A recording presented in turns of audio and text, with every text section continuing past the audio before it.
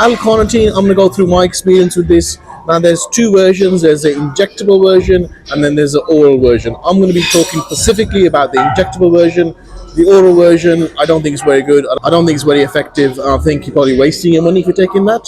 So with the injectable, it definitely helps with fat loss. This prep, I was able to eat a lot more food, a lot more carbohydrates than I have in previous preps, and I felt a lot better for it. In terms of exercise performance, I never really noticed much from that, to be honest. And again, it's difficult to quantify that when you're taking anabolic steroids, growth hormone on top of the L-carnitine. In terms of recovery, again, my recovery was very good, taking other stuff as well, so it's difficult to quantify what L-carnitine was doing in terms of recovery. For pumps, I think it helped a little bit, but it wasn't great, and I was getting good pumps anyway.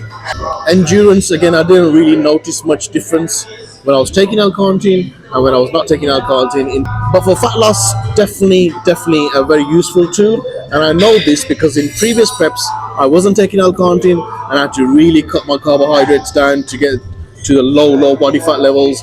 And this time, with the addition of L-carnitine and SLU, it's made a huge difference. I was able to eat a lot of food, and the prep was very smooth.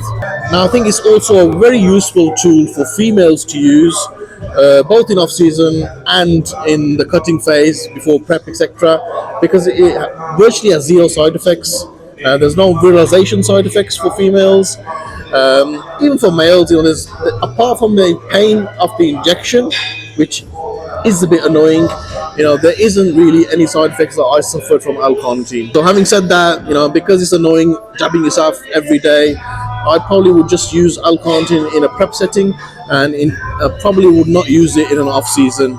Dosages, I was taking 300 to 500 milligrams pre-workout. I know some people have taken it up to 1,000, maybe even 2,000 milligrams a day. But I just stuck to 500 milligrams and that was plenty for me. And to be honest, I don't think I had any more injection size to go up to 2,000.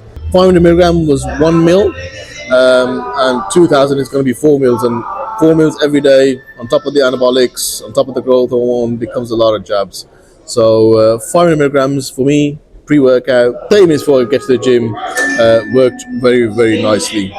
If you guys are interested in me talking about more of the compounds, more of the peptides that I've taken during this prep, let me know in the comment section and I'll make a few more videos.